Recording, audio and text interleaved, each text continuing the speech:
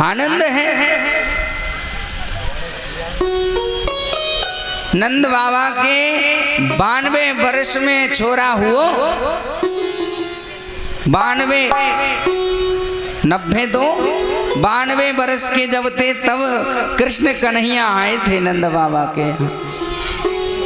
बोले और कुछ नहीं चाहिए मुझे, बस एक फूला फला।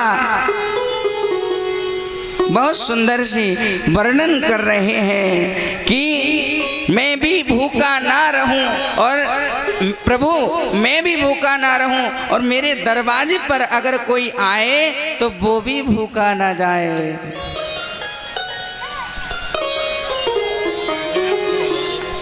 साधु ना भूखा जाए। साधु का सम्मान, ब्राह्मण का सम्मान अवश्य करना चाहिए,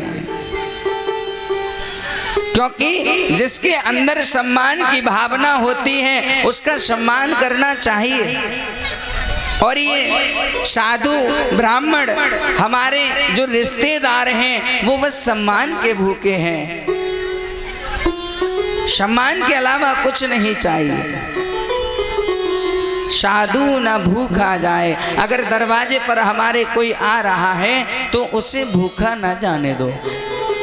पता ना कौन से रूप में भगवान आकर के खड़े हो जाएं। अब जैसे कुत्ता आता है दरवाजे पर, भोजन अगर हम ग्रहण कर रहे हैं और हमारे दरवाजे पर कुत्ता आ गया तो देखते हैं कि पहले भोजन खुद खा लें, उसके बाद एक टुकड़ा कुछ झंझट है।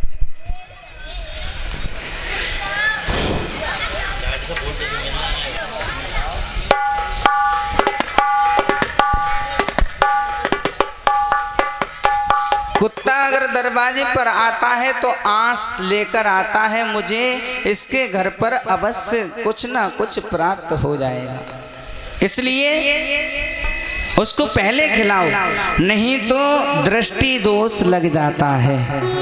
भोजन पर दृष्टि दोष, कुत्ता उसको देखता रहता है और मन उसका लालच करता है, यानी कि ललचाता है। कुत्ता जब हम लोग भोजन करते हैं तो वहीं बैठकर आंस लगाता रहता है। उसे पहले खिला दो, सबसे पहले गाय को, उसके बाद कुत्ते को।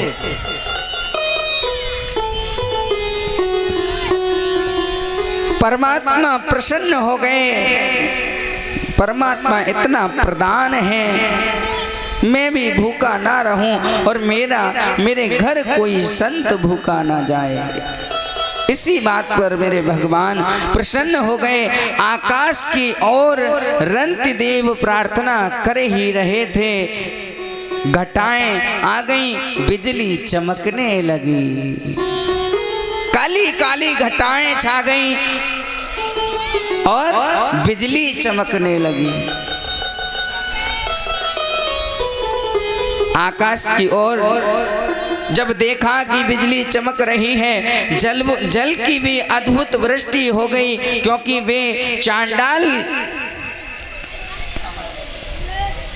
जलमग्न हो गया। जल की अद्भुत वृष्टि होने के कारण वे पंडित और कोई नहीं, साक्षात भगवान ही तो थे।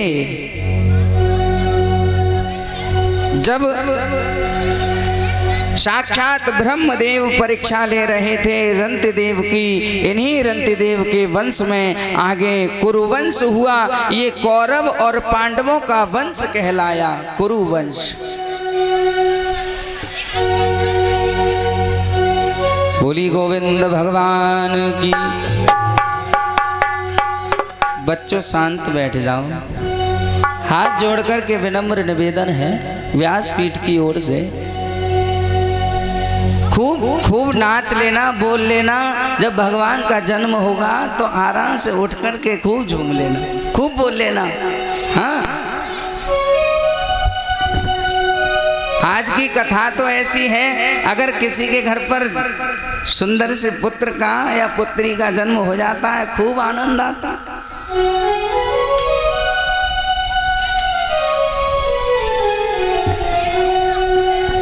इसी में एक शाखा हुई पांचाल वंश की, जो मगध वंश की श्री ययाति महाराज, श्री ययाति महाराज के सबसे बड़े पुत्र थे, जिनका नाम यदु महाराज। इन्हीं यदु के वंश में कई पीढ़ियों के बाद राजा देवमीड़ राजा की 2 पत्नियां थीं। एक पत्नी के 2 पुत्र हुए, अर्जन्य और पर्जन्य। दूसरी पत्नी के पुत्र हुआ सूरसेन। दूसरी पत्नी के सूरसेन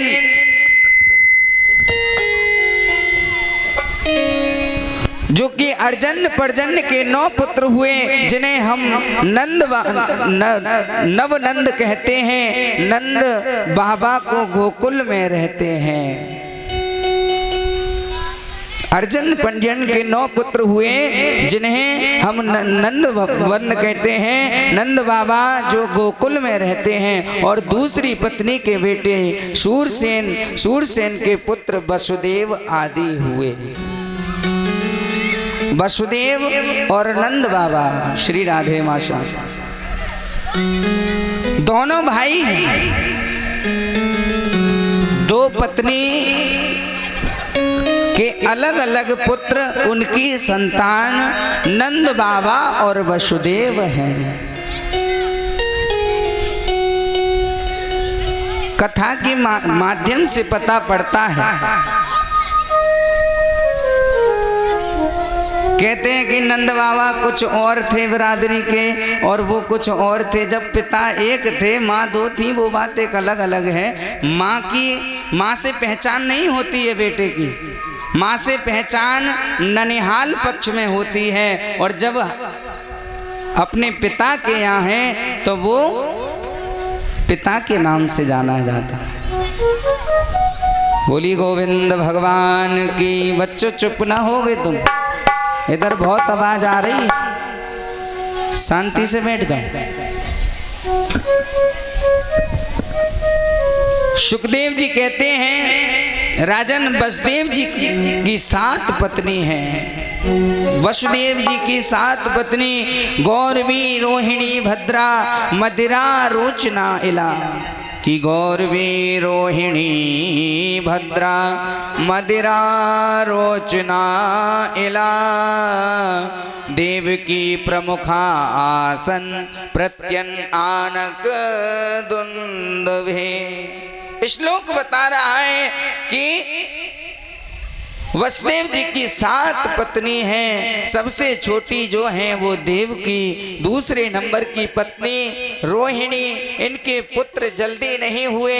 देवकी के जब 6 पुत्र हो गए, तब रोहिणी के पहला पुत्र हुआ बलराम। जो रोहिणी का पुत्र था वो बलराम, बलदाऊ भैया, कृष्ण भगवान के बलदाऊ एक ही साथ रहते थे। ऐसे बलराम जी भी कई भाई हैं, बल, गद, शारण, दुर्मद, विपुल, ध्रुव आदि। ये बलदाऊ के भाई हैं। ये रोहिणी के ही पुत्र हैं। सबसे छोटी महारानी देवकी के 8 पुत्र हुए राजन। 8 में सबसे बड़े का नाम कीर्तिमान, और कीर्तिमान से लेकर 6 पुत्रों को दुष्ट कंस ने मार दिया।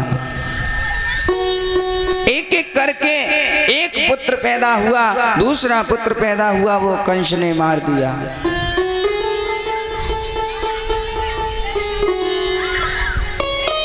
आठवीं